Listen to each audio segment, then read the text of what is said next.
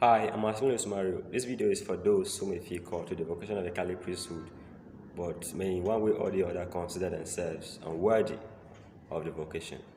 It is actually an invitation to young men who are aspiring for the vocation of the Catholic priesthood. Please watch this video and make sure you share it after watching. Thank you. I love being a priest. I can't think of anything that I'd rather do in my entire life, which is amazing to think about because I never wanted to be a priest. Not as a kid, not even as an adult. When I was a kid, I didn't even want to be an altar server, didn't want anything to do with church. As a teenager, as a college student, I started to learn about my faith, but I didn't want to serve in that way. Even after I joined the friars, I was prepared to take vows of poverty, chastity, and obedience. I still wasn't sure if I was called to be a priest. And there are lots of reasons for this, a whole journal full of reasons of why I might not be called to this. But if I think about it and I'm honest with myself, the thread that ran through all throughout my life was a sense that I was unworthy. How could I do that? I thought of myself as a sinner, and I know we're all sinners, but I was a sinner. Never murdered anyone, never did anything terrible, but how could I stand before other people and say, don't do that, when I struggled with sin? I couldn't do it. I thought about all the teachings of the church and how few of them I actually knew. I didn't understand our theology. I'd never read the Bible. How could I stand up and teach people things that I didn't understand or maybe even believe myself? No, I cannot do this. I am unworthy of that position. Even just the practicality of preaching in front of people and going through the sacraments and all the gestures and the motions and just the things you do, the way you give of yourself, I looked at these heroic priests and just thought, man, I am not that strong. I don't have that much energy. I can't do those things. I am not worthy to be a priest.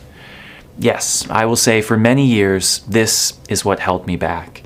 And it's why I actually find our first reading from the Mass this weekend, story of the widow that was very poor, that actually maybe changes my mind on that. And I think that there might be something to offer you.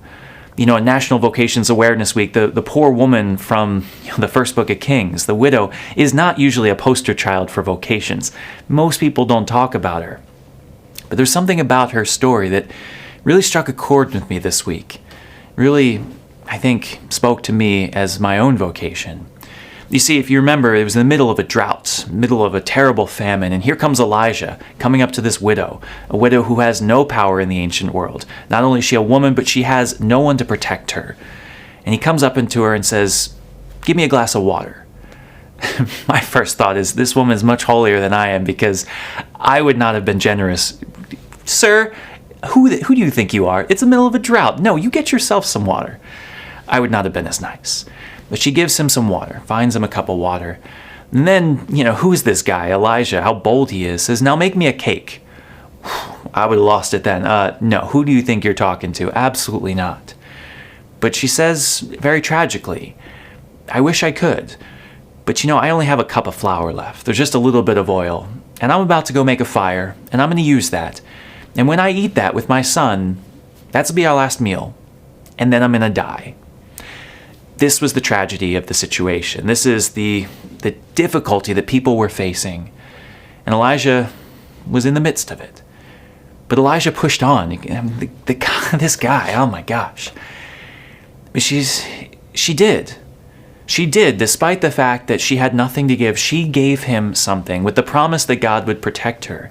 She just had his word. She didn't know who this guy was from a foreign nation, but she trusted.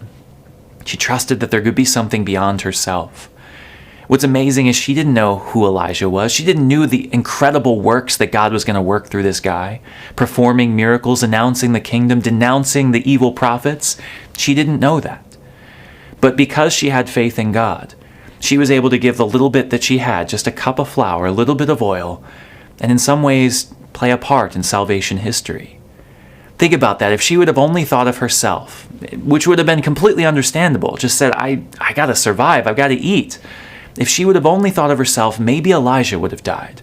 Maybe he would have died of starvation. And then think about all the things that God would not have accomplished.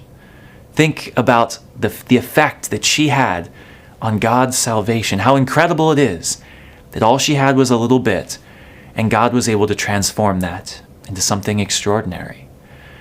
That's the story of salvation. It's the story of all the prophets. Think about, my story. It's so cliche. Oh, I'm not worthy. Yeah, okay, get behind the rest. Moses said it, and David said it, and Isaiah said it, Mary Magdalene said it. God never chooses the fully formed, never chooses the people who have everything put together.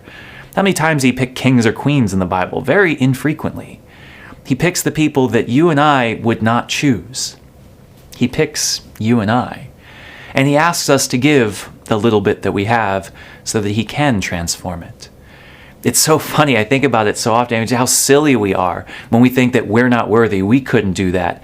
We give ourselves way too much credit. It's not too little credit, too much credit to think that the salvation of the world, to think that great acts depend on what we can offer it. Do you really think that we're depending on you? Is God depending on me? I don't think so. If we look to the second reading this weekend, we see the letter to the Hebrews, a beautiful, beautiful letter, very complicated at times, but there is this thread through it that I think is so important. If you take nothing away from the letter of the Hebrews except this, I think you'll learn something, which is that Jesus is a high priest in a very different way than the priests of the earth, particularly the priests of the Old Testament. Why? Because Jesus was pure.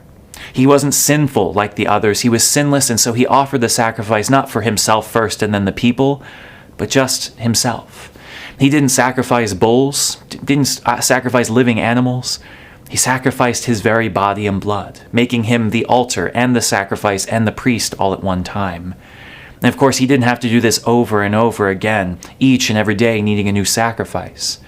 He offered himself once for all eternity. That was the sacrifice that completed everything. This is the theology of our Mass. It's the theology of me as my priesthood. That when I get up and say, this is my body, this is my blood, when I celebrate the Mass and offer these offerings, it's not my power. Those aren't my words.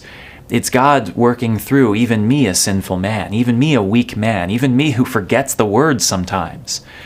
God is able to take that cup of flour that I can offer and make something extraordinary out of it. It's that revelation that kind of hit me sometime after I joined the Friars, and everything kind of opened up to me. I wrote it down in my journal. It was actually a passage from one of Pope Benedict's books. He said, in this prayer, the priest speaks with the eye of the Lord. This is my body. This is my blood. He knows that he is not now speaking from his own resources, but in virtue of the sacrament that he has received, he has become the voice of someone else who is now speaking and acting. And I don't know exactly why that hit me, but that right there was the turning point. The title of that passage is, I Want to Be a Priest.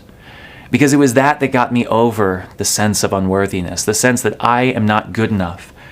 And I accepted that I'm not worthy, I'm not good enough. But that doesn't mean that God can't still use me.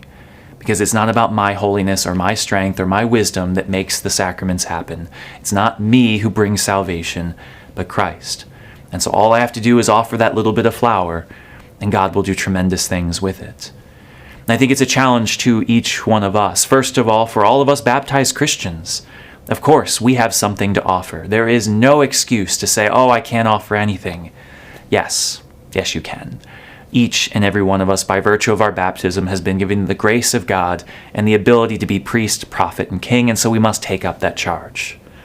But some of us are called to something particular, something special maybe. I do think that God chooses some from among the baptized to be priests in a ministerial sense, to be prophets, to be kings in an ordination sense, in a hierarchical sense, to serve in a particular way. I do think that there are some set apart for a particular purpose, and it's not because they're holy, but because God is holy in them. And so I want to ask for you at home who think, I'm unworthy, I could never do that. Oh, he's too holy. Oh, she's so much better than me. It's not about them. It's about God and what God can do in you. And maybe God is calling you to the priesthood or to the diaconate or to religious sisterhood or brotherhood. Maybe God is calling you to give everything you have, just like the widow. Maybe it doesn't matter how little that is, the fact that you're giving it all and not to a wife or a husband, not to a family, not to a job, but to this life in God. Maybe that's enough for God to save the nations, to do extraordinary things. I want you to really consider this. I didn't think that I could, and I imagine you don't either, but you can. If God is calling you, that's all that matters. I invite you to seriously consider in prayer to offer that cup of flour. Some of you are called. Some of you are not, of course.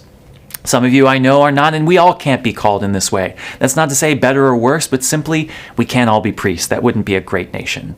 We need some lay people. We need some families. We need people that go out into the world. There are different vocations. But that doesn't mean you're off the hook.